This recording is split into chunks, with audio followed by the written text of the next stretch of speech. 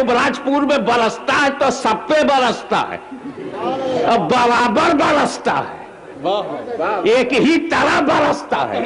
न हिंदू देखे न मुस्लिम, न मंदिर देखे न मस्जिद, न खेत देखे न खलियान, पानी बरसा तो सब पे बराबर बरसा।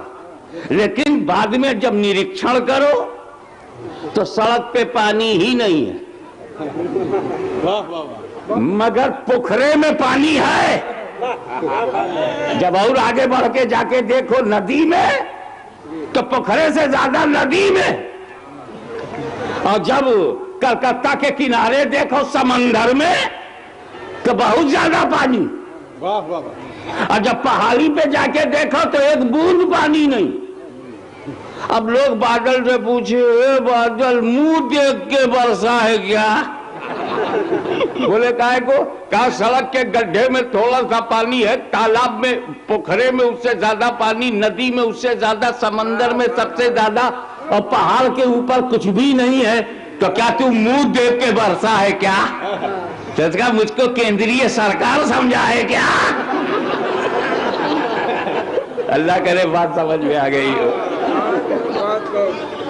क्या तुम मुझे भारतीय सरकार समझते हो क्या जो मुंह देख के मैं बरसूं? अरे मैं पंजाब का बादल नहीं,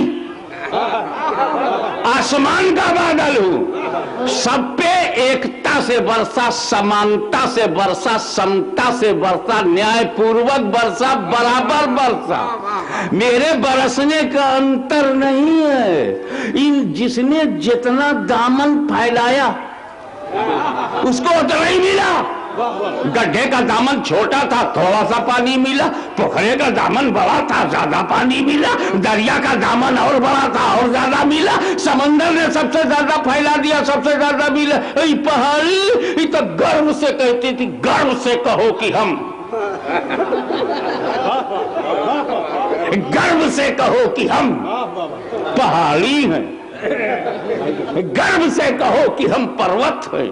वो सीना तान के अकड़ गए, घमंड से सीना तान दिया, दामन फैलाए नहीं, जितना पड़ा सब बह गया, उसे कुछ मिला ही नहीं। तो ये मेरे देने का अंतर नहीं है, लेने वालों के लेने का फर्क है। सुभान अल्लाह, लेने वालों का लेने का फर्क है।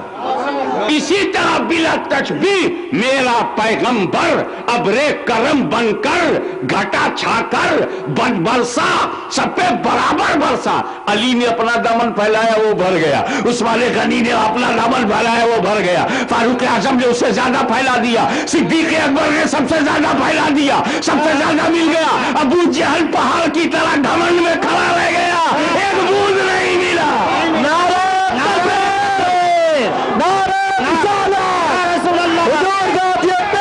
जिंदाबाद जिंदाबाद, हुजूर गाजी मिल्लत। सुभान अल्लाह, सुभान अल्लाह। एक बात और सोचो, अब तो मैं ऐसे इस्लामपुर में हूं कि बहुत प्रगति पे है, उन्नति पे है। मैं उस समय भी आया था जब दुबराजपुर से रिक्शे पर बैलेंस बना के बैठना पड़ता।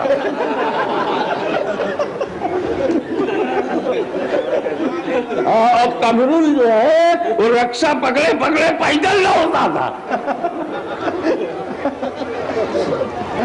अब तो ऐसी सड़क है कि बेधड़क,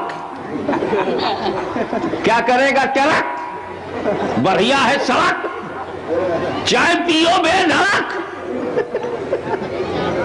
आज ये सूरत हाल है, बड़ी तरक्की पे। सुना हज का भी टावर लगा है, BSNL का भी टावर लगा है, टावर ही टावर लग रहे हैं। वो 2 टावर क्या गिरे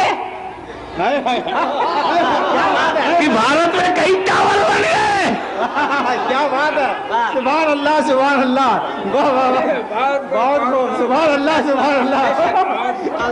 इसका मतलब ये है कि बंगाल ज्यादा समझदार हो गया है। अरे बंगाल समझदार नहीं होता तो अपना दादा पीर बंगाल का कहा होता। सुभान अल्लाह, अल्लाह अकबर, या रसूल अल्लाह, जिंदाबाद अरे बंगाल में पीर साहब बैठे हैं, शेखुल हक पंडवी बंगाल में, पंडवा शरीफ में, मालदा में, और बादशाह छोड़ के बंगाल आए। कितना कीमती है बंगाल, कितना बहुमूल्य है उनका पीरो मुर्शिद। तब तो ताज छूट जाए मगर बंगाल में मौजूद मुर्शिद न छूटे। तो बड़ी तरक्की पे हो, अब इशारा समझने लगे हो। मैं तो समझा था कि 1 बजे रात में बोलूंगा तो सिर्फ मैं ही समझूंगा। तो क्या मालूम कि समझने में मेरे बाप भी मौजूद है। समझने में, नसब में नहीं। हजरात, तो अब हम यहाँ वो मिसाल दे सकते हैं, जब वो आज से 15 साल पहले एक मोबाइल पहली बार आया था, इनकमिंग का 15 रुपया देना पड़ता था, आउटगोइंग का 25-30 रुपया होता था। तो वो मोबाइल इतना मोटा, लंबा, भारी कि जेब में रखने के बजाय झोले में रखो। उसमें व्यवस्था ये थी कि आपको आउटगोइंग आप बात बाहर कर सकते हो और दूसरे की बात सुन सकते हो। ये पहला मोबाइल था जब भारत में उसका परिचय हुआ, इंट्रोड्यूस हुआ। उसके बाद फिर दूसरा मॉडल आया। बोले ये 2 बातें जो पुराने में है वो इस नए में भी है, मगर एक खास बात ये है कि इसमें तुम मैसेज भी दे सकते हो। फिर तीसरा मॉडल आया। मॉडल तीसरा ऐसा आया कि इसमें तुम फोटो भी खींच सकते हो। जो पुराने मोबाइल में वो सब इसमें है, मगर नई बात यह है कि फोटो भी खींच सकते हो। फिर एक और नया मॉडल आया और बोले कि जो सारी बातें हैं, 4-5 खास बातें, वो भी इसमें है, मगर नई बात यह है कि इंटरनेट पे लगा भी सकते हो। आप देख रहे हैं हर नया मोबाइल पुराने मोबाइल का दुश्मन नहीं है, उसका विकसित रूप है, उसकी तरक्की है, उसकी प्रोग्रेस है, दुश्मनी नहीं है। तो हर नई चीज में पुरानी चीजों के सारे गुण होते हैं, मगर जो नए में गुण है वो पुराने में नहीं होता। बिला तशबीह इस्लाम नवीनतम धर्म है, लेटेस्ट है, वो पिछले धर्मों का दुश्मन नहीं। आदम के दिन, नूह का दिन, मूसा का दिन, ईसा का दिन, उसका ये दुश्मन नहीं है, बल्कि उसकी विकसित रूप है, उसकी तरक्की है। तो जो पुराने धर्मों की खूबियां हैं वो सब इस्लाम में है, मगर जो इस्लाम की खूबी है वो पुराने धर्मों में नहीं है। इसलिए भारत के बुद्धिजीवियों, अगर धर्म लेना है तो पुराने धर्मों को मार्केट से निकालकर इस नए धर्म को कबूल कर लो, क्योंकि इस्लाम में तमाम भलाई ही भलाई है। ये सारे धर्मों का निचोड़ है, सारे धर्मों की खूबी अपने दामन में समेटे हुए है। इस्लाम लेटेस्ट रिलीजियन है। मार्केट में जाकर जब लेटेस्ट मोबाइल ढूंढते हो तो बंदगी में आकर लेटेस्ट रिलीजियन क्यों नहीं ढूंढते?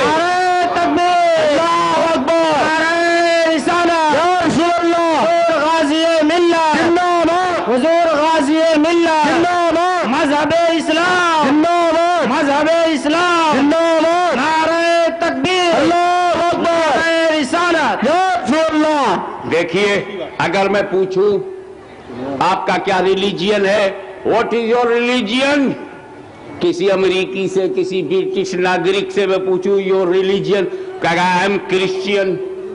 अब क्रिश्चियन की मीनिंग क्या है? ईसाई हूं, तो ईसाई का मतलब ईसा का पैरो। लेकिन हम मोहम्मदन नहीं है, हमारा नाम मोहम्मदन नहीं है, हमारा नाम कुरान ने मुस्लिम रखा है, और मुस्लिम बना है इस्लाम से, और इस्लाम का अर्थ है शांति।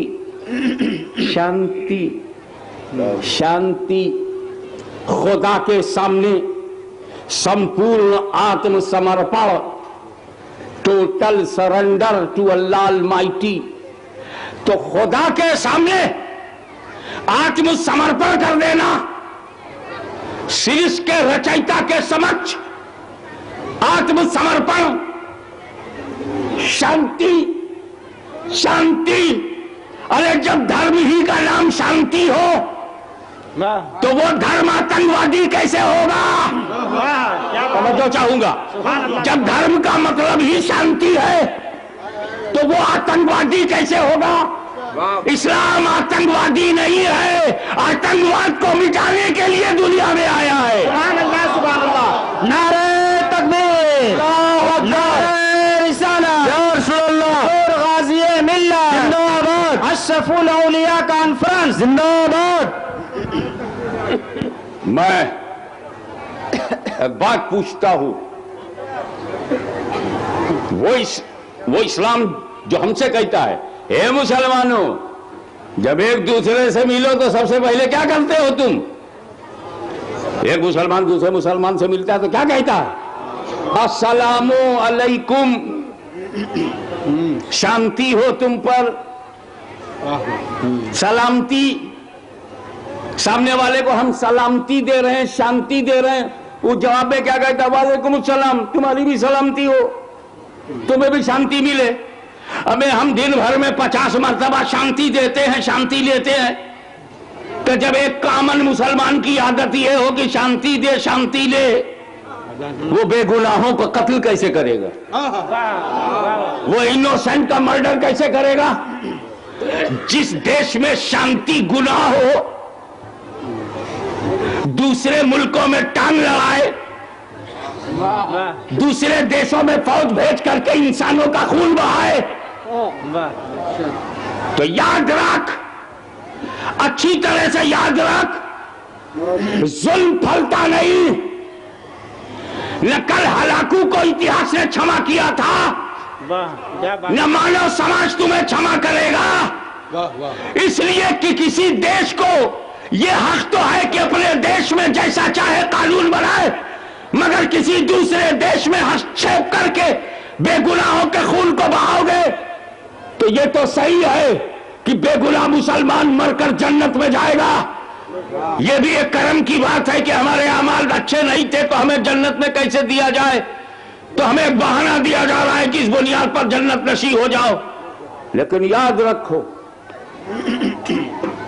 गरीब नवाज की धरती पर, गौसे आजम के वतन पर हमला तो किया जा सकता है, मगर हमलावर अपनी नस्लों को नहीं बचा सकेगा। क्या बात है। एक मिसाल देना चाहता हूं, एक मिसाल देना चाहता हूं। इमाम हुसैन पर यजीद का हमला तो हुआ, इमाम हुसैन के कैंप में बेगुनाहों का कत्ल हुआ, अब्बास मारे गए, अली अकबर मारे गए, अली असगर को तीर लगा, इमाम हुसैन की गर्दन कटी, यजीद का हमला हुआ, हुसैन की नस्ल पर हमला हुआ, हुसैन के परिवार पर हमला हुआ, हुसैन के खानदान पर हमला हुआ, एक एक बच्चे को चुन चुन कर मारा गया ताकि हुसैन की नस्ल खत्म हो जाए।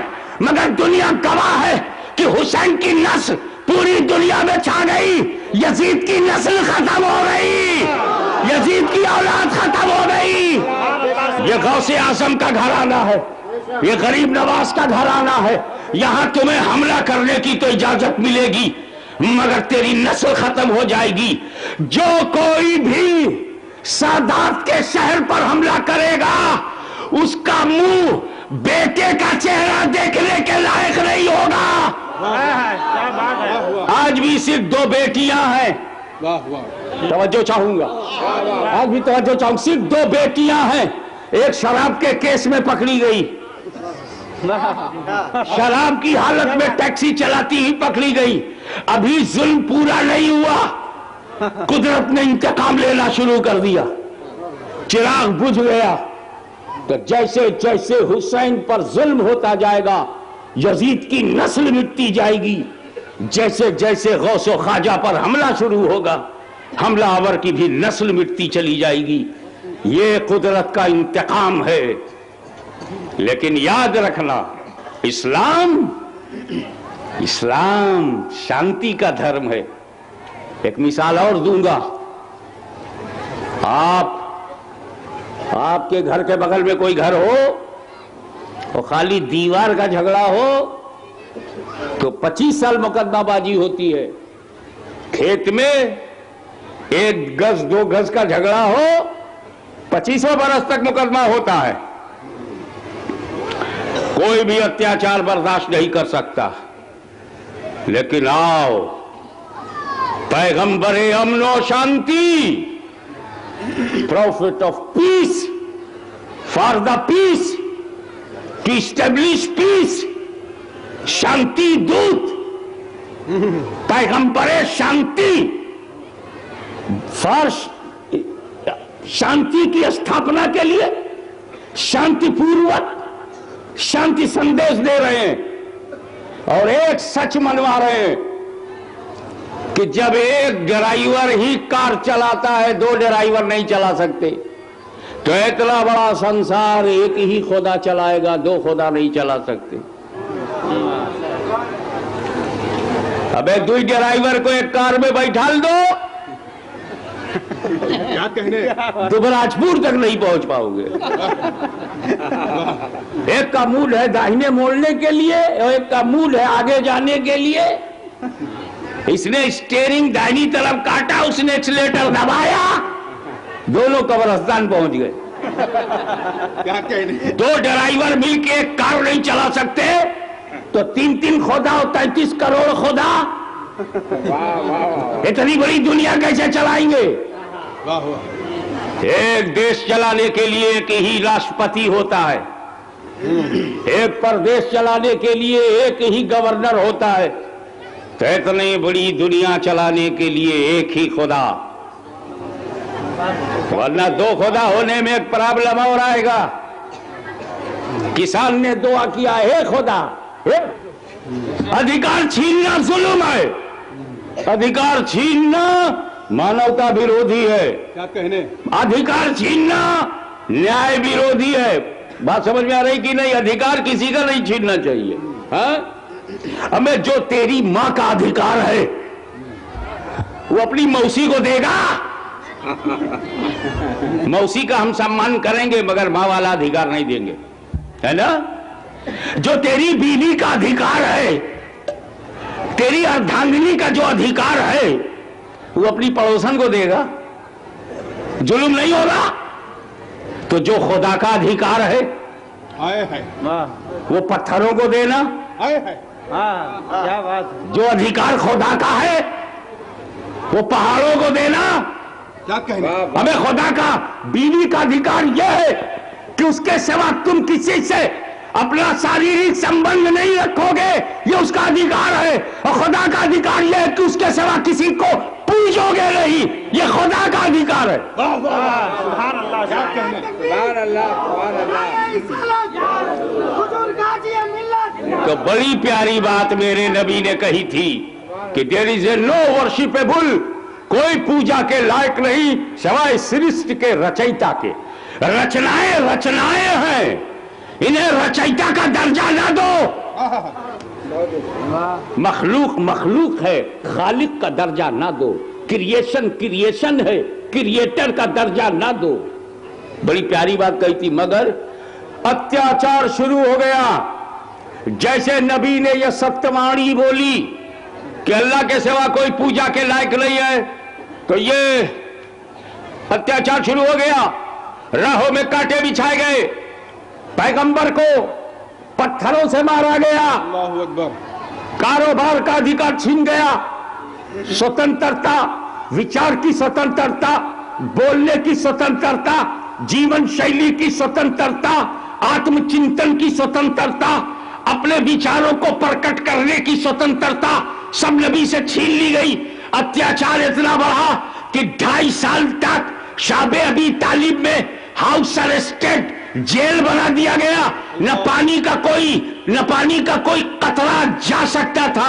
पानी की एक बूंद नहीं जा सकती, एक दाना नहीं जा सकता, एक चावल नहीं जा सकता, एक गेहूं नहीं जा सकता। इतना अत्याचार का पहाड़ मेरे नबी के सर पर गिराने की कोशिश की गई।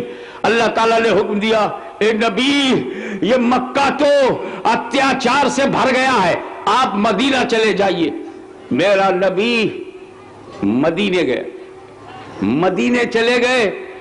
जब रसूल मक्के से मदीना जाने लगे तो साथ में दो, रसूल पाक, सिद्दीक अकबर, ओनली टू। मक्के से निकले दो, गारे सौर में पहुंचे दो, 3 दिन रहे गारे सौर में दो, वहां से निकल के मदीना पहुंचे दो, मक्के से मदीना दो, और 10 साल के बाद आफ्टर 10 years, 10 साल के पश्चात जब नबी मदीने से मक्का आए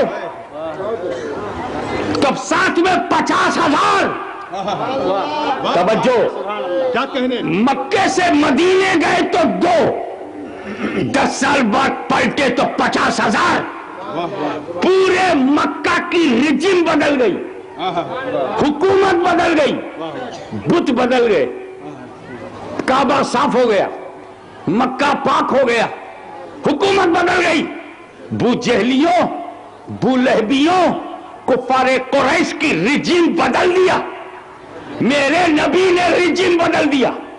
एक ये साम्राज्यवादी ताकतें, सुपर पावर बनने वाली ताकतें, ये दूसरे देश में फौज भेजकर जब रिजिम बदलती है, हुकूमत बदलती है, तो लाखों लोग बेगुनाह मारे जाते हैं, सड़कों पे इंसानों का खून बहता है, दवाएं बच्चों को नहीं मिलती, दूध के लिए बच्चे तरस रहे हैं, दवाओं के लिए मरीज तरस रहा है, हॉस्पिटल में बेड नहीं है, सड़कों पे इंसानियत चीख रही है, मानवता रो रही है, आदमीयत तड़प रही है। एक ये हुकूमत बदलते हैं तो पूरा मुल्क दहशत ज़दा हो जाता है, आतंक ही आतंक पूरे देश में फैल जाता है। साम्राज्यवादी ताकतें जब किसी हुकूमत को बदलती है तो इंसानों का खून बह जाता है। मगर मेरे नबी ने मदीने से चल के जब मक्के में हुकूमत बदली तो एक बूंद खून किसी का नहीं निकला, किसी का पसीना नहीं निकला, किसी का घर नहीं जला, किसी को अस्पताल नहीं जाना पड़ा। इसलिए कि इस्लाम बदले का धर्म नहीं, इंतकाम का धर्म नहीं, दया का धर्म है, क्षमा का धर्म है। नारे तकबीर, नारे रिसालत, हुजूर गाज़ी मिल्लत, हुजूर गाज़ी मिल्लत, नारे तकबीर, नारे रिसालत। एक टुकड़ा और पेश करूंगा। हम भारतवर्ष वाले हैं और हर एक के प्रति सम्मान रखते हैं। हम जिन बातों को नहीं जानते उन पर अपना विश्वास व्यक्त नहीं करते, लेकिन अगर कोई विश्वास करता है तो उसके विश्वास को हम उसी के नाम से बयान करते हैं। जैसे हमारे देश के बहुसंख्यक, अल्लाह करे इशारा समझ में आ गया हो, हमारे देश के बहुसंख्यकों की मान्यता यह है कि वो मर्यादा पुरुषोत्तम थे। उनकी मान्यता क्या है कि वो मर्यादा पुरुषोत्तम थे, उनके चरित्र में मर्यादा थी। यही कारण है कि अपनी मर्यादा को निभाने के लिए 14 बरस का वनवास स्वीकार कर लिया। अब बात समझ में आ रही है मैं कहां की कर रहा हूं? अपनी मर्यादा को निभाने के लिए, अपनी माता की इच्छा की पूर्ति के लिए उन्होंने 14 बरस का वनवास ले लिया। ये उनकी मान्यता है, मुझे ज्यादा विशेष ज्ञान इस पर नहीं है, इसलिए मैं अपना विश्वास तो प्रकट नहीं कर सकता, परंतु जो हमसे कहा गया है, हमने सुना है, उसकी छत्र छाया में उनके बखौल 14 बरस का वनवास हुआ और उनकी अर्धांगिनी को रावण ने उठाया, हरण किया। यह अत्याचार था उसका। यह मानवता बर्दाश्त नहीं करेगी कि किसी की बीवी को बेगुनाह उठा लिया जाए, क्या कहने? किसी की अर्धांगिनी को बगैर गुनाह के अकारण उठा लिया जाए। अरे कारण भी हो तो नहीं उठाना चाहिए, बल्कि उसके पति से बात करना चाहिए। औरत की इज्जत पर हाथ डालना, ये ना इस्लाम बर्दाश्त करेगा, ना हमारी संस्कृति इसे स्वीकार करेगी, ना हमारा कल्चर उसे बर्दाश्त करेगा।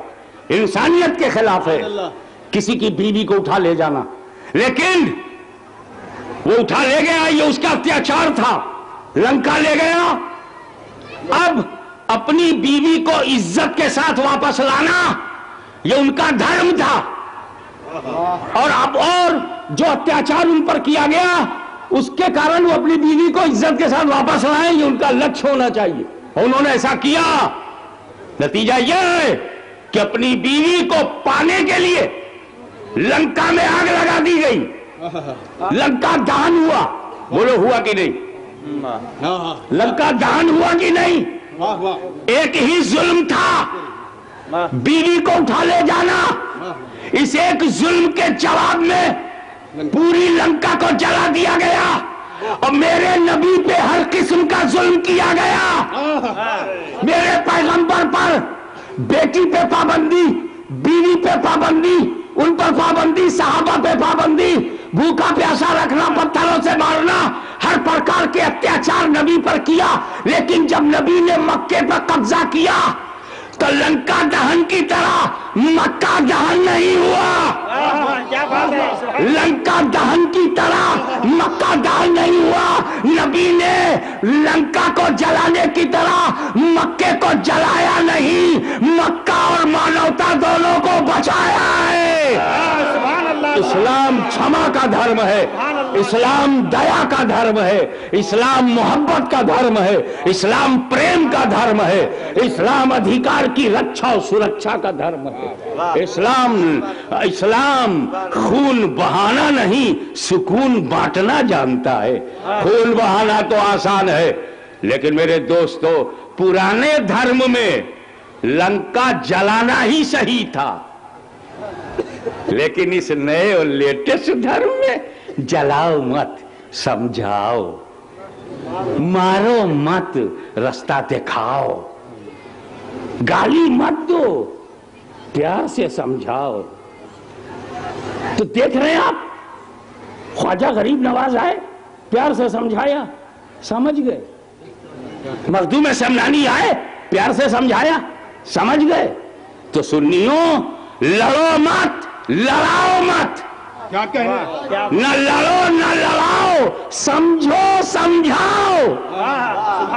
सुभान अल्लाह, सुभान अल्लाह, सुभान अल्लाह। समझो समझाओ। अब एक प्रोपेगंडा ही हो रहा, इस्लामी आतंकवाद।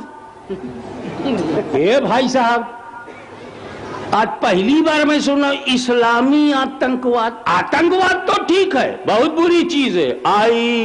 मैं तो हर प्रकार के आतंकवाद की कड़ी भर्त्सना करता हूं,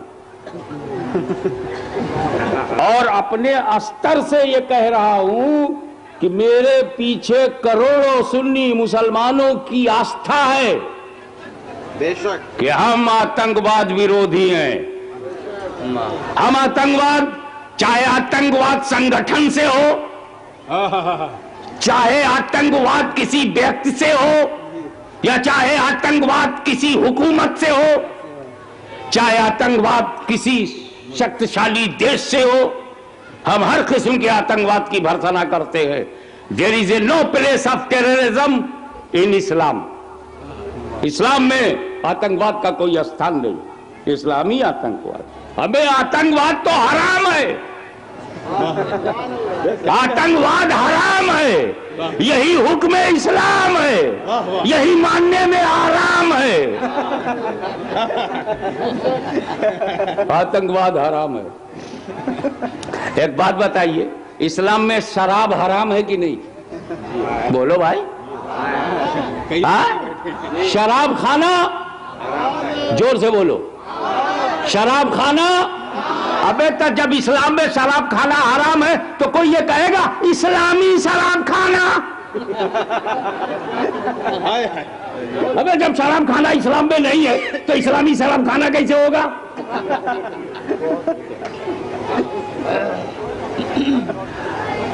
अच्छा, ये रंडी खाना, बोलो भाई, तो जब इस्लाम में रंडी खाना हराम है तो इस्लामी रंडी खाना, अबे जो चीज इस्लाम में नहीं है वो इस्लामी कैसे होगी?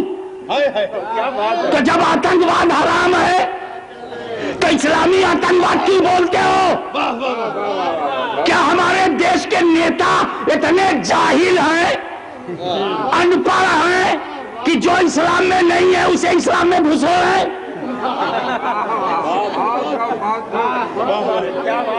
अरे कहने ही का शौक है तो अमेरिकी आतंकवाद कहो, यहूदी आतंकवाद कहो।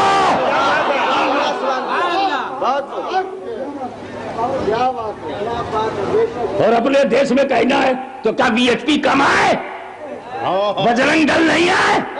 डंडा लेके त्रिशूल लेके घूमते हैं, हम रसूल लेके चले वो त्रिशूल लेके चले। आतंकवादी कौन है?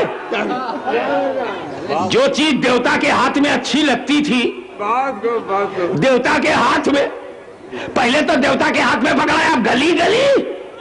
अबे क्या करेगा तू गली गली, हर मुसलमान के साथ अली अली।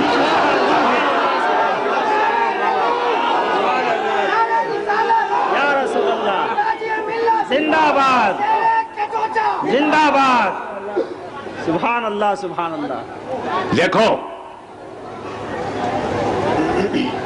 आतंकवाद पे एक आखिरी बात, इस्लाम में नमाज है कि नहीं? रोजा, हज, ज़कात, कुरान की तिलावत है। तो जब ख्वाजा साहब आए, नमाज भी आई, रोजा भी आया, हज भी आया, ज़कात भी आई, कुरान भी आया।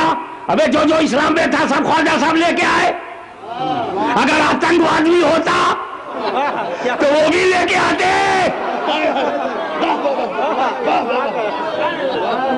मखदूम शमलानी से आए, पूरा इस्लाम लाए, नमाज लाए, रोजा लाए, हज लाए, ज़कात लाए, शरीयत लाए, तरीकत लाए, मारिफत लाए, हकीकत लाए। अरे जो इस्लाम में था सब लाए। आतंकवाद होता तो वो भी लेके आते। तो कि चौथे में मखदूम साहब आतंकवाद न लावे, अजमेर में गरीब नवाज न लावे, पंडवा में शेख उल हक न लावे। मुझे बताओ कि दिल्ली में महबूबे इलाही आतंकवाद न लावे, तो जो इस्लाम वाले हैं वो तो आतंकवाद लाए नहीं। वाह वाह वाह। तो फिर ये माल किसका है? कहीं अमेरिका ने तो नहीं बांटा है? पहले पाला, पोसा, हथियार दिया, बढ़ाया, कब्जा कराया, काबुल में बिठाया, उसके बाद आतंकवाद कहलाया। परवरिश तो आप ही की है, ट्रेनिंग तो आप ही की है, नालायक है मगर बच्चे आप ही के हैं। क्या कहने? सुभान अल्लाह सुभान अल्लाह। एक और स्पष्ट बात मैं आके राजनीति के क्षेत्र में जन सेवा करने वालों की भावनाओं का आदर करते हुए उनके समक्ष भी एक बात रखना चाहूंगा कि भारत की धरती पर दो प्रकार के मुसलमान अंदर आए हैं। दो किस्म के मुसलमान विदेश से देश में आए हैं। बाहर से आने वाले दो किस्म के मुसलमान हैं, दो प्रकार के हैं। There are two kinds of the Muslims who came on the earth of India from abroad। विदेश से भारत में आने वाले दो किस्म के मुसलमान हैं। एक बाहर से भारत में जमीन के लिए आया, धरती के लिए आया, सत्ता के लिए आया, पावर के लिए आया, राज के लिए आया, हुकूमत के लिए आया, जमीन के लिए आया। जब जमीन के लिए आया तो फौज लेके आया, तोप खाना लेके आया, बंदूक लेके आया, हथियार लेके आया और घुस के इब्राहिम लोदी से लड़ा, दिल्ली कब्जा किया, राणा सांगा से लड़ा, आगरा में कब्जा किया, मुगल इंपरर की बुनियाद डाली। तो बाहर से आने वाले एक वो थे जो जमीन के लिए आए, भारत में, बड़ी तवज्जो से सुनिएगा, बहुत कीमती बहुमूल्य बात कहने जा रहा हूं। भारत में आए, जमीन के लिए आए, और दूसरा भारत में दीन के लिए आया। दीन के लिए, जमीन के लिए नहीं, हुकूमत के लिए नहीं, सत्ता के लिए नहीं, पावर के लिए नहीं, दीन के लिए आया। जो दीन के लिए आया वो फौज लेके नहीं आया, तस्बीह लेके आया, पियाला लेके आया, जानमाज लेके आया, कटोरा लेके आया, एक लोटा लेके आया, 4 दीवाने लेकर आया। तो जो दीन के लिए आया वो किरदार लेके आया, जो जमीन के लिए आया वो तलवार लेके आया, वो हथियार लेकर आया। तो जमीन के लिए आने वाले हथियार वाले हैं, और दीन के लिए जो आया वो किरदार वाला है। तो जमीन के लिए तवज्जो चाहूंगा, कीमती बात दे रहा हूं, और जो चाहे वहीं से मुझे दुआ दे। जमीन के लिए जो आया उसे बाबर जहीरुद्दीन कहते हैं। जमीन के लिए जो आया उसे बाबर जहीरुद्दीन कहते हैं, और जो दीन के लिए आया उसे ख्वाजा मोइनुद्दीन कहते हैं। अल्लाहु अकबर, या रसूल अल्लाह, या रसूल अल्लाह, जिंदाबाद, जिंदाबाद, जिंदाबाद, जिंदाबाद।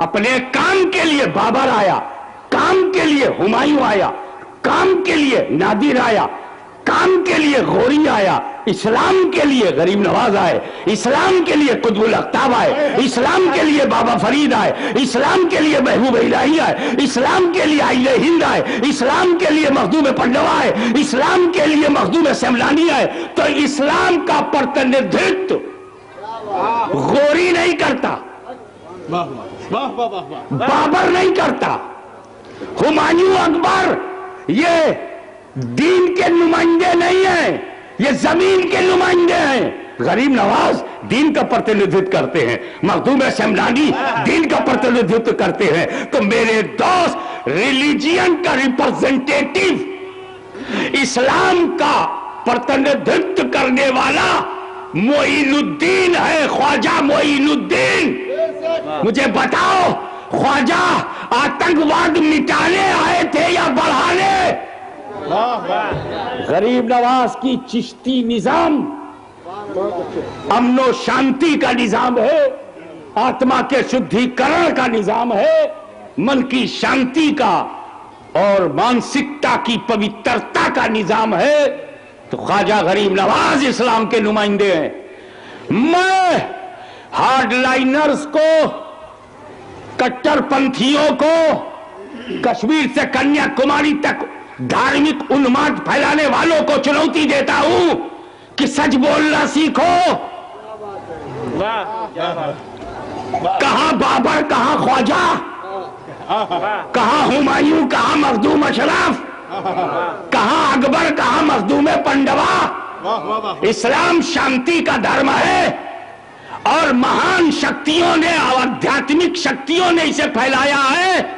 अगर इस्लाम तुम्हें देखना है तो किचौछा के दरबार में आ, वहां तुझे सब इकट्ठा मिलेंगे। ख्वाजा के दरबार में जा, सब इकट्ठा मिलेंगे। मखदूम पंडवा के कदमों में जा, सब इकट्ठा मिलेंगे। ख्वाजा निजामुद्दीन महबूब इलाही के चरणों में जा, सब इकट्ठा मिलेंगे। तो लड़ाने वाले कुफ्र के नुमाइंदे हैं, और राह दिखाने वाले इस्लाम के नुमाइंदे हैं, क्योंकि ये दीन अल्लाह का पसंदीदा दीन है। इस्लाम शर्म नहीं आती, आतंकवादी है। अबे आतंकवादी ढूंढो। एक बात बताओ, मगर हाशमी मियां, चेचनिया में आतंकवाद है, फलस्तीन में है, कश्मीर में है, काबुल में है। अच्छा, इस्लामी आतंकवाद चेचनिया में, इस्लामी आतंकवाद फलस्तीन में, इस्लामी आतंकवाद काबुल में, इस्लामी आतंकवाद कश्मीर में। अच्छा, क्या 4 ही जगह इस्लाम है? क्या वाह वाह वाह। अबे इस्लाम तो इस्लामपुर में भी है, आतंकवाद क्यों नहीं?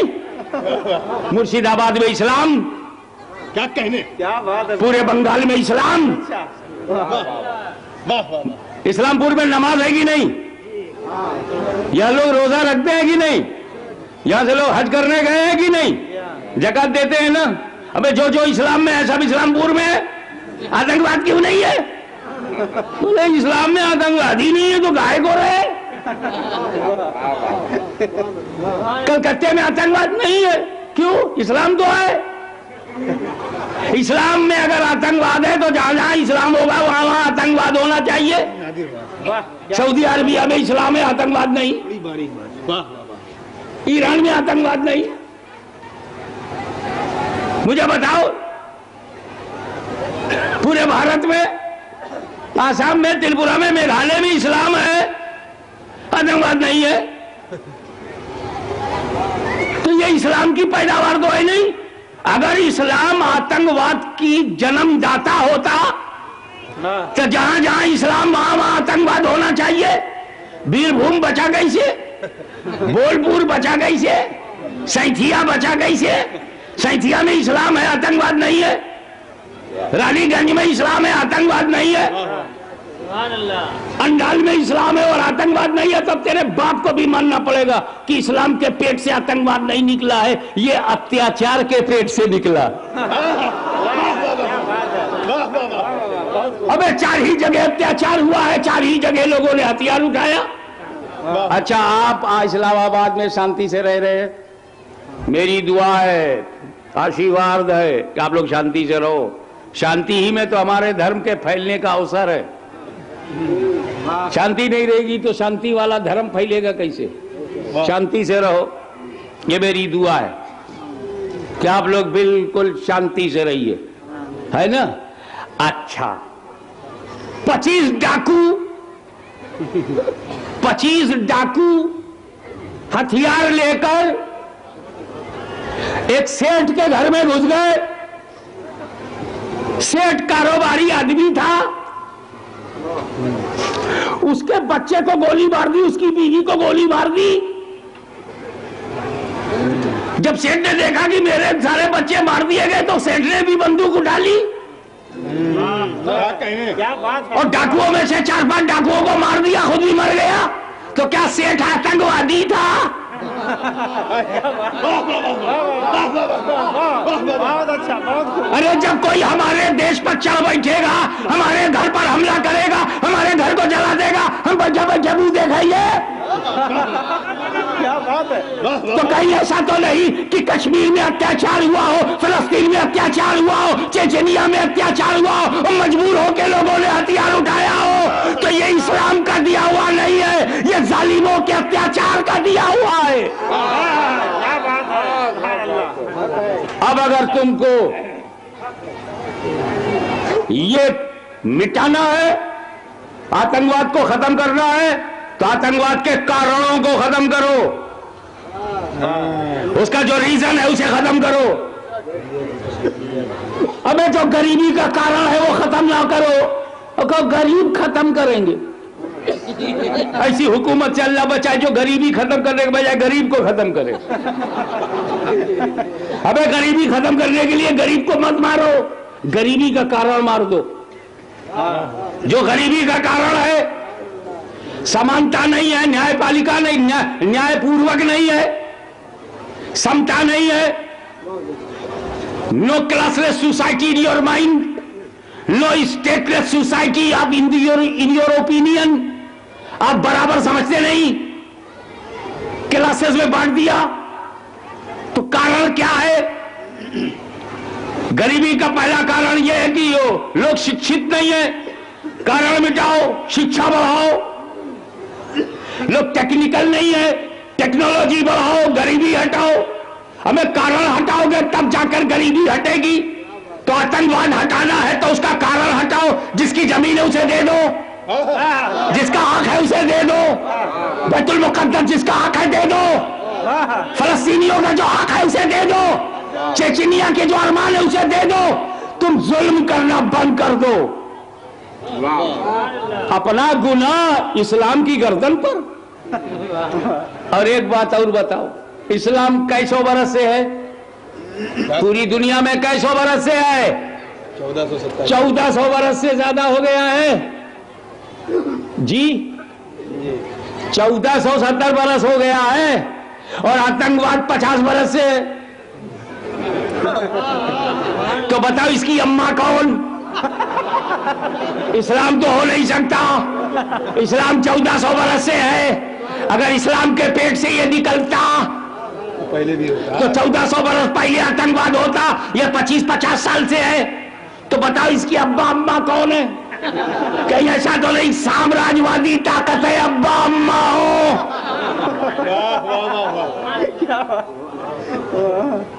याद रखो, जिस दीन में अत्याचार होगा, जिस धर्म में मूल अधिकारों का हनन होगा, जिस धर्म में अन्याय होगा, जिस धर्म में छुआछूत होगा, जिस धर्म में ऊंच नीच होगा, जिस धर्म में रंग का भेद होगा, जिस धर्म में जात पात होगी, वो धर्म मनुष्य का धर्म तो हो सकता है, वो खुदा का धर्म नहीं हो सकता।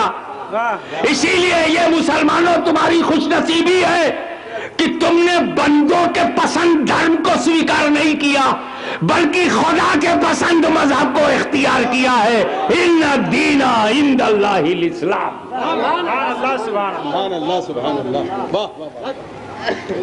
एक बात याद रखो, मैंने इस माइक को पसंद किया है तो जब तक मैं हूं ये माइक कोई हिला नहीं सकता। मैंने, मेरे बाप ने ये जामिया अशरफिया रिजविया को पसंद किया, हुजूर शेखुल इस्लाम ने पसंद किया। जब तक शेखुल इस्लाम का साया रहेगा, दुनिया इधर से उधर हो जाए, अशरफिया रिजविया का कुछ नहीं बिगड़ेगा। दुनिया ने देखा कि लोग बहुत मेहनत की, अशरफिया रिजविया लड़ा दो। ये मिला था, मिला है और इंशाअल्लाह मिला रहेगा। इसलिए कि रिजविया नाम है अहमद रजा पर, अशरफिया नाम है मखदूम अशरफ पर। और खानदान अशरफ सैयदों का खानदान है, आले रसूल है। और अहमद रजा मुहिब्बे रसूल है, मुहिब्बे आले रसूल है। हमें सैयदों को इतना बड़ा पक्का प्योर आशिक मिलेगा ही नहीं। हम पागल हैं कि अपने आशिक से लड़ें। और बस समझ नहीं है, हमें पीर मुरीद से तो लड़ता नहीं, कहीं छटक ना जाए। पीर साहब आजकल मुरीदों से डरते हैं।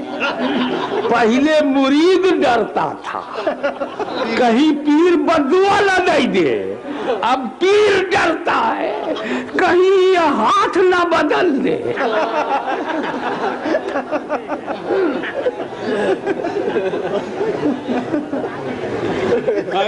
सुभान अल्लाह। तो एक पक्की, या तो फिर सैयद लोग पागल हैं जो आशिक को नहीं पहचानते।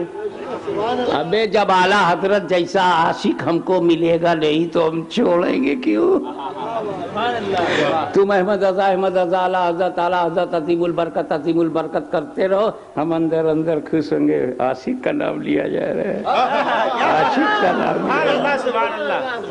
अरे हजरत बिलाल की तारीफ करो तो रसूल खुश होते हैं, आशिक का नाम लिया जा रहा है, आशिक का नाम लिया जा रहा है कि नहीं?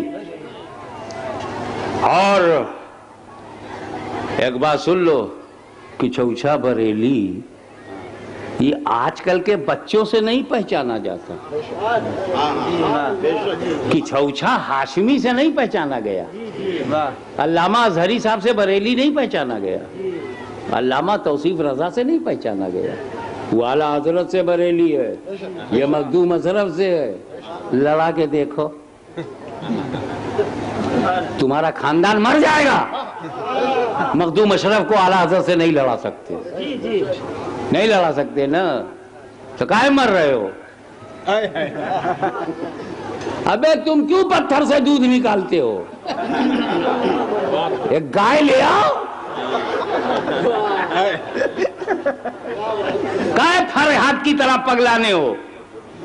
पत्थर से दूध निकालेंगे? अबे पत्थर में दूध डालने की तो खबर है, दूध निकालने की खबर तो अभी तक आई नहीं।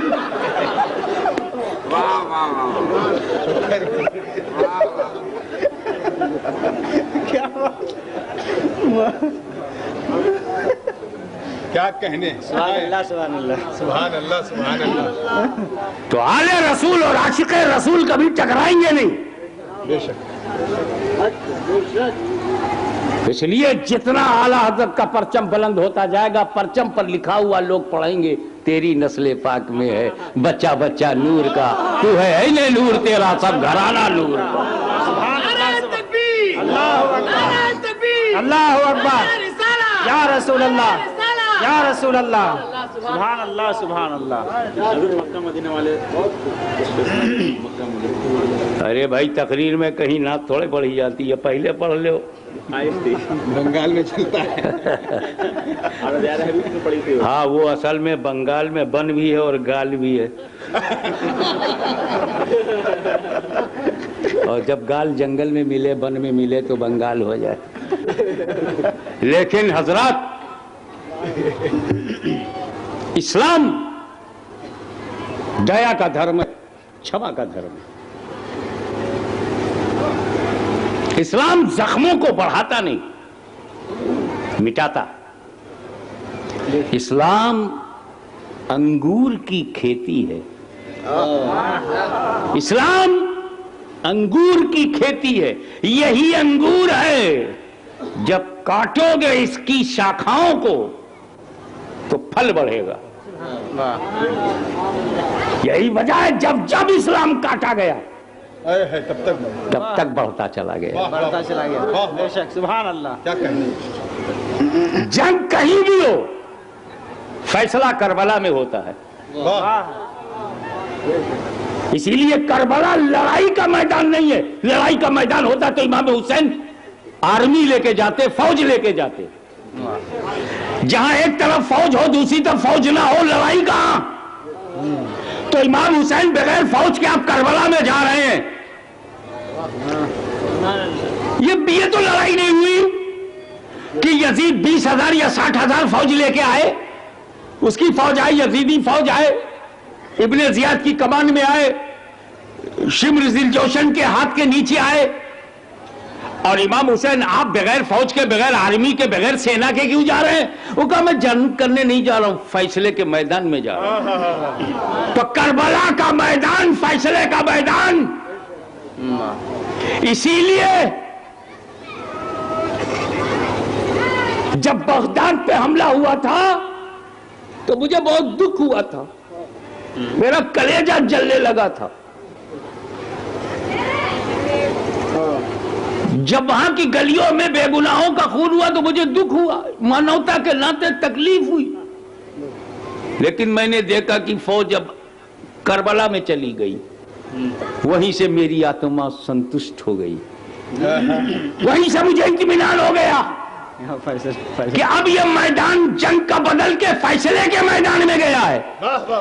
कल यजीद का यहां फैसला हुआ था, आज पलीद का यही फैसला होगा। बस वक्त का इंतजार करो।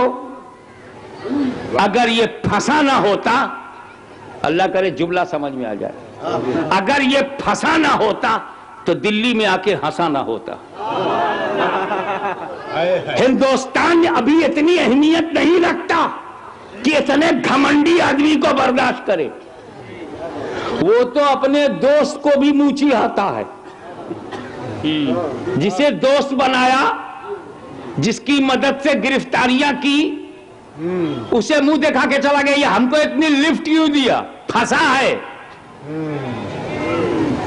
पैर दलदल से निकालने की तरकीब सोच रहा है। इसीलिए हमारे देश के सेकुलर फोर्सेस ने यह फैसला ले लिया था कि हम कभी भी ऐसी शक्तियों को प्रोत्साहन नहीं दे सकते जो शांति भंग करते हो मानवता विरोधी हो, जो बेगुनाहों का कत्ल करते हो, ऐसी किसी शक्ति का सम्मान करना भारत की मर्यादा के विरुद्ध है। क्या कहने? ये बात जो अचानक उनके मुंह से बेलाए, क्या सोच के कहा मैं नहीं जानता, लेकिन ये बिल्कुल इस्लामी दृष्टिकोण है कि इस्लाम न किसी जालिम से दोस्ती कर सकता है न जुल्म से। वो जालिम को भी रोकता है और जुल्म को भी रोकता है। मेरे दोस्तों, इस्लाम के पास आज जो कुछ है वो 1400 बरस से उसके पास है। आध्यात्मिक शक 1400 बरस से है, शरीयत और तरीकत 1400 बरस से है, मार्फत और हकीकत 1400 बरस से है, आत्मिक दृष्टिकोण 1400 बरस से है, आत्मा का शुद्धिकरण 1400 बरस से है, मानवता को प्रोत्साहित करना 1400 बरस से है, अमन की शांति की स्थापना 1400 बरस से है, मानसिकता की पवित्रता 1400 बरस से है। अगर आतंकवाद इस्लाम का अंश होता तो 1400 बरस से यह होता। मगर मेरे दोस्त, आतंकवाद अत्याचारियों के पेट से, आतंकवाद अत्याचारियों के गर्भ से जन्म लेने वाला भूत है। इसको कल भी इस्लाम ने जलाया था, आज भी इंशाअल्लाह इस्लाम ही जलाएगा, कब सुबह कयामत तक ये जलता रहेगा। इस्लाम न सिर्फ इसलिए कि जिंदाबाद, बल्कि इसलिए कि इस्लाम ही वो धर्म है जिसके बाद कोई धर्म आज तक आया नहीं। कुरान ही वो किताब है जिसके बाद आज तक कोई किताब नहीं आई, और मेरा पैगंबर वो आखिरी पैगंबर है जिसके बाद कोई पैगंबर नहीं आया।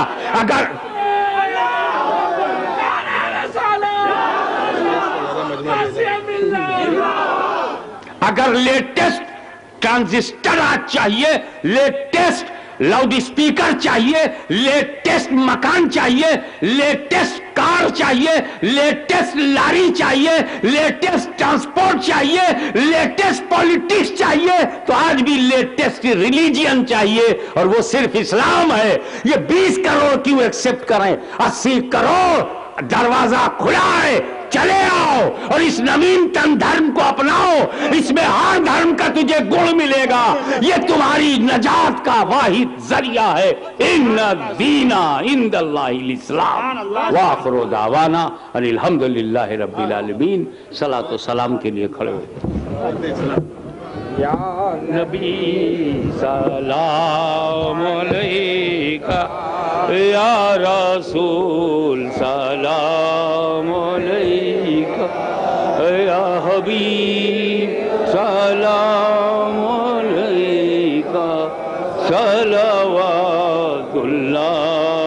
अलैका। ऐ मेरे मौला के प्यारे, नूर की आंखों के तारे, अब किसे सैयद पुकारे, हम तुम्हारे तुम हमारे। या नबी सलाम अलैका, या रसूल सलाम अलैका, या हबीब सलाम अलैका, सलवातुल्लाह अलैका।